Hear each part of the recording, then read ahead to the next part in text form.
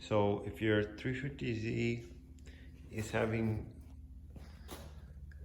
a leak on the passenger side footwell that's bright green, it's going to be an AC leak. So I'm just recording this to show that I'm taking everything apart. I've taken the battery out and the battery tray, and you can see this is where the blower motor is. But the reason you have to remove the blower motor is to get to that right there, that hole right there, and you can see the evaporator, and I'm not sure what's leaking at the moment since I haven't taken it out, but I plan to replace the evaporator as well as the expansion valve, which you see right there, that pipe and that screw up there, the silver one. And then from the inside, what you need to do is obviously remove this blower motor. It comes out all in one piece. And then to the left of the blower motor is this cover. This side, as you can see, has the oil that's been leaking. So it's like this on the firewall, behind the firewall. And it has a bunch of small screws that you unscrew. And then if you work your way up here, you can see what I was showing earlier from the outside. And the evaporator is right here. And there's the tubes for the AC coming in and out. So I might make an update on this after I replace it, but I'm just waiting for the parts to come in.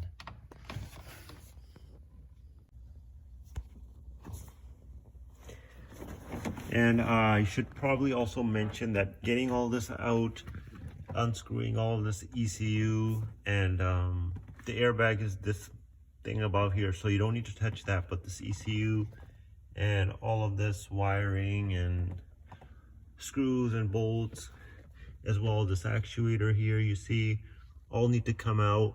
Takes about an hour if you're used to doing a lot of work yourself on your car, or it may take longer if you've never done this before.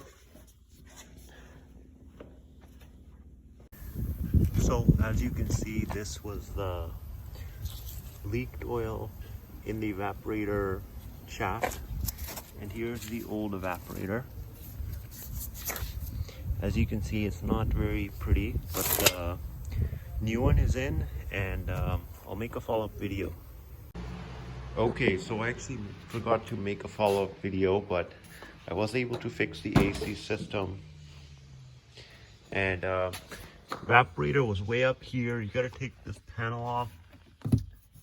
And then you also have to take this cover off here under the wipers. And then there's no cabin air filter on these cars, so that makes it a bit easier. But getting out the blower motor is actually quite difficult here, and putting it back in is even more difficult. So what I had to do was actually I had to cut one of the clips because it was just not going back in how it was before. But I screwed everything back in, so I'm not worried about anything coming loose. But if you are trying to do this yourself, just letting you know, it's not the easiest thing. You gotta crawl up in here, lie on your back in awkward position, and all of that stuff. But yeah, got it to work. And the last thing is the AC lines that are right under here that connect to the evaporator. Mine were kind of stuck on, so that actually took longer to undo those lines than it did to get the blower motor out to get to the evaporator. But yeah, here, I'll start the car up and show you that it's all working. Obviously you can't feel the cold air, but yeah.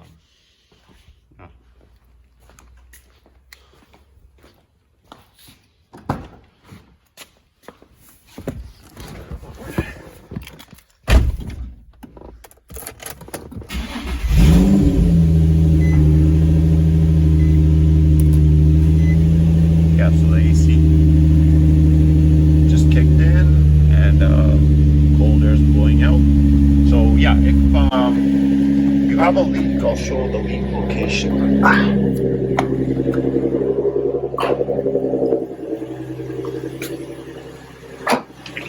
green leak. So the green would be the AC refrigerant or the oil in the AC refrigerant. You're gonna have a leak right here. It may not leak on the ground, but you'll definitely see some green stuff here underneath where, right by this mud flap here. And if you see that, then that's highly likely your evaporator is leaking like mine. But yeah, hopefully this helps someone, and thanks for watching.